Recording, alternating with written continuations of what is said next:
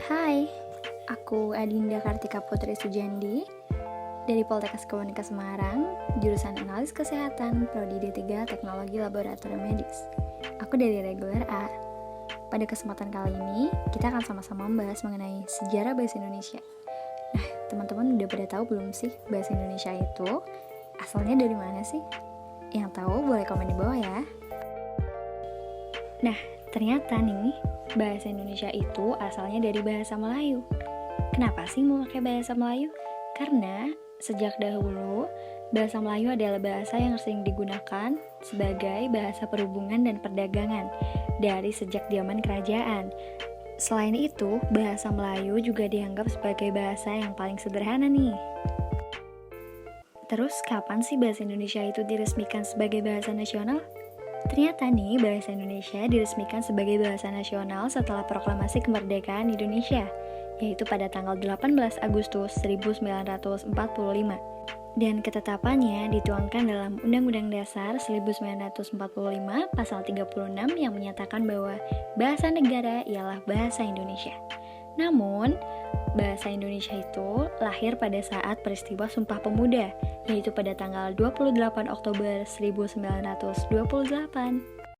Nah, sekarang tentang kedudukan bahasa Indonesia. Kenapa sih bahasa Indonesia itu ditetapkan sebagai bahasa nasional?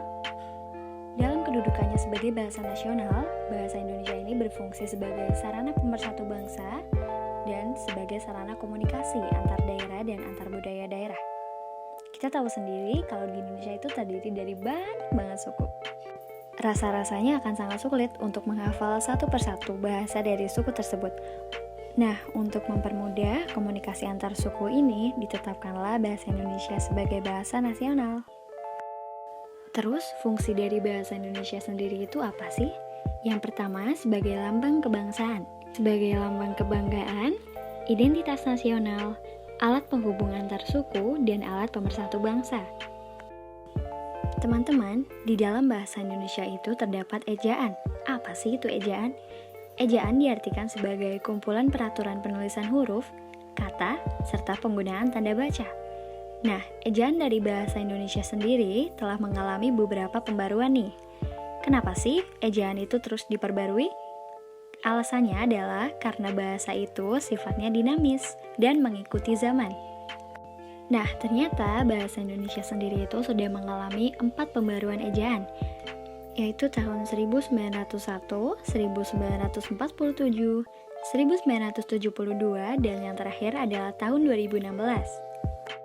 Setelah tahu mengenai sejarah bahasa Indonesia, kita berlanjut ke pedoman umum ejaan bahasa Indonesia. Yang pertama ada pemakaian huruf. Huruf ada beberapa jenis, yaitu huruf abjad A sampai dengan Z yang kita kenal, huruf vokal A, I, U, dan E, O. Yang ketiga ada huruf konsonan. Apa sih huruf konsonan itu? Huruf konsonan merupakan bunyi ujaran akibat adanya udara yang keluar dari paru-paru dan tidak mendapatkan hambatan ataupun halangan. Jumlahnya ada 21 huruf, yaitu B, C, D, F, G, H, J, K, L, M, N, P, Q, R, S, T, V, W, X, Y, dan Z. Yang keempat ada diftong. Diftong dalam bahasa Indonesia hanya ada ketika huruf vokal bertemu dengan huruf vokal lainnya. Contohnya AU, AI, OI, dan EI. Yang kelima ada huruf tebal. Huruf tebal dipakai untuk menegaskan bagian tulisan yang sudah ditulis miring. Contohnya, huruf DH seperti pada kata Ramadan. Selanjutnya, ada huruf gabungan. Ternyata, huruf gabungan ini adalah gabungan dari 2 huruf konsonan. Misalnya, huruf K digabung dengan huruf H menjadi KH dan bisa dipakai pada kata khusus. Contoh lainnya adalah NG, NY, dan SY. Huruf kapital. Huruf kapital dipakai sebagai huruf pertama unsur nama orang, termasuk julukan. Misalnya, Amir Hamzah dengan A besar pada kata Amir dan H besar pada kata Hamzah. Kemudian ada huruf miring. Huruf miring dipakai untuk menegaskan atau mengkhususkan huruf, bagian kata, atau kelompok kata dalam kalimat. Misalnya, huruf terakhir pada kata abad. Nah, selanjutnya untuk penulisan kata nih. Yang pertama, ada kata dasar. Kata dasar merupakan suatu kata yang utuh dan belum mendapat imbuhan apapun. Selanjutnya ada kata berimbuhan. Kata berimbuhan atau dapat disebut dengan afiks adalah kata yang telah mengalami proses pengimbuhan atau afiksasi. Imbuhan itu sendiri adalah bentuk terikat yang apabila ditambahkan pada kata dasar akan mengubah makna gramatikalnya. Nah, untuk contoh kata berimbuhan yaitu ter plus jatuh menjadi kata terjatuh. Plus sayang menjadi kata penyayang. Untuk bentuk ulang itu ditulis dengan menggunakan tanda hubung di antara unsur-unsurnya.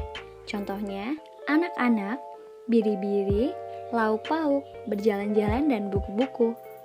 Untuk kata depan, contohnya seperti di, ke, dan dari ditulis terpisah dari kata yang mengikutinya. Misalnya, di mana dia sekarang?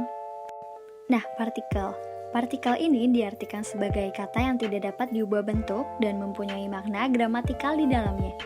Kata-kata yang termasuk ke dalam partikel sendiri adalah lah, kah, tah, pun, dan per. Dalam bahasa Indonesia, penulisan angka dan bilangan dalam kalimat harus diperhatikan nih. Angka adalah lambang bilangan, sedangkan bilangan dapat dinyatakan dengan angka atau kata. Penulisan dan penggunaannya bergantung pada konteks kalimatnya. Selanjutnya, ada Romawi. Sistem penulisan angka Romawi didasarkan pada sistem pengulangan, penjumlahan, serta pengurangan. Sedangkan untuk membacanya dimulai dari kiri ke kanan. Angka Romawi ini biasanya digunakan sebagai lambang bilangan ataupun nomor. Penulisan angka Romawi menggunakan huruf alfabet untuk melambangkan angka. Angka yang lebih besar dari 5.000 di atas simbol diberikan garis horizontal. Garis tersebut berarti perkalian terhadap angka 1.000. Terus ada kata ganti. Kata ganti ini merupakan salah satu jenis kata yang berfungsi untuk menggantikan kata benda atau orang tertentu yang tidak dapat disebut secara langsung. Kata ganti ada dua jenis, yaitu kata ganti persona tunggal, yaitu saya, aku, yang kedua ada kamu, anda, dan engkau, ketiga ada dia, ia, dan beliau. Kata ganti persona jamak, yang pertama ada kami dan kita, yang kedua ada kalian, dan yang ketiga ada mereka. Yang terakhir ada gabungan kata. Gabungan kata juga bisa dimaknai sebagai suatu kata yang terdiri atas kata awalan dan diberi akhiran. Nah, untuk tanda baca, yang pertama adalah titik.